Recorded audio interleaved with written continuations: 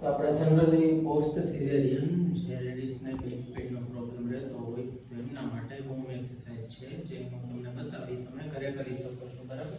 પહેલા બંને પગ વાળી દેવાના બરાબર, વાળી ગોઠણને ફેરવવાના બે સાઈડ, પાછા ઓલી બાજુ, સરસ, પાછા આ બાજુ બરાબર. 20-20 વાર બે સાઈડ તમે રિપીટેશન કરવાના થશે બરાબર. આ થઈ જાય પછી હાથની સાઈડમાં રાખી કમરથી ઊંચું થવાનું છે બરાબર.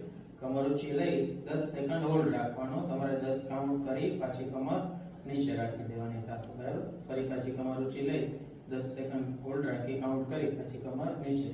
આ રીતના 20 રિપીટેશન કરવાના થશે બરાબર. પછી કમર નીચે હાથ ફેરવાથી. આ ત્રીજી એક્સરસાઇઝ છે. હવે પેટેથી નીચે ધક્કો મારવાનો, તમારા હાથને દબાવવાનો છે બરાબર.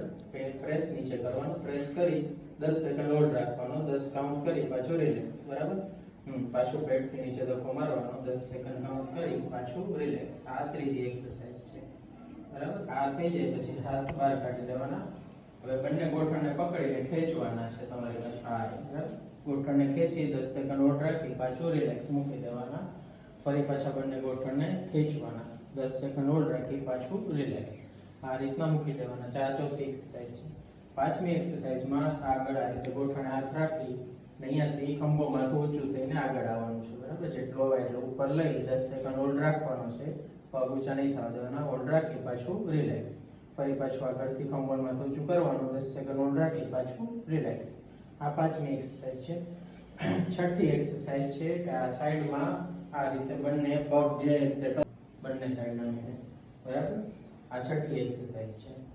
આ 20 રિપીટેશન. આ થઈ જાય પછી બંને પગ સીધા, ગોઠણથી પગ સીધા, બંને પગ એક સાથે ધીમે ધીમે ઉપાડવાના, સીધા ઊંચા લઈ આવવાના છે. બસ હોલ્ડ રાખવાનો, અડધે સુધી લઈ આવી હોલ્ડ રાખવાનો, 10 સેકન્ડ કાઉન્ટ કરી પાછા ધીમે ધીમે નીચે.